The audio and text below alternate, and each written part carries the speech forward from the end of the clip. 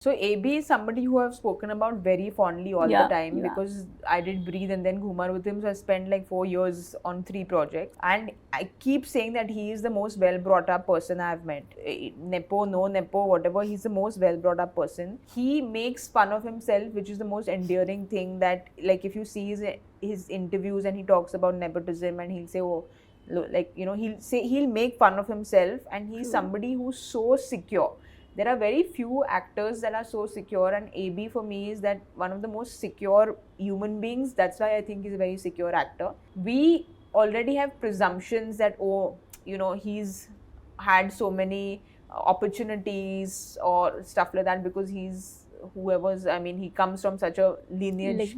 But the stories I've heard from him are shocking.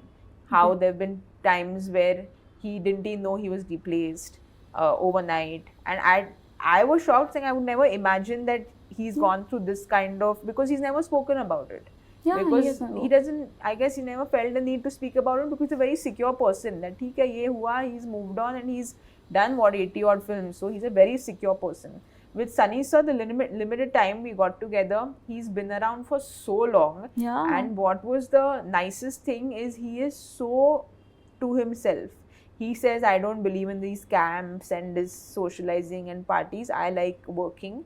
And for me, that was just the freshest thing that I've heard, because we are so used to, just going and socializing here and meeting this one there. He's someone who said that I've been this person since I was young, that I just liked working and just doing my thing.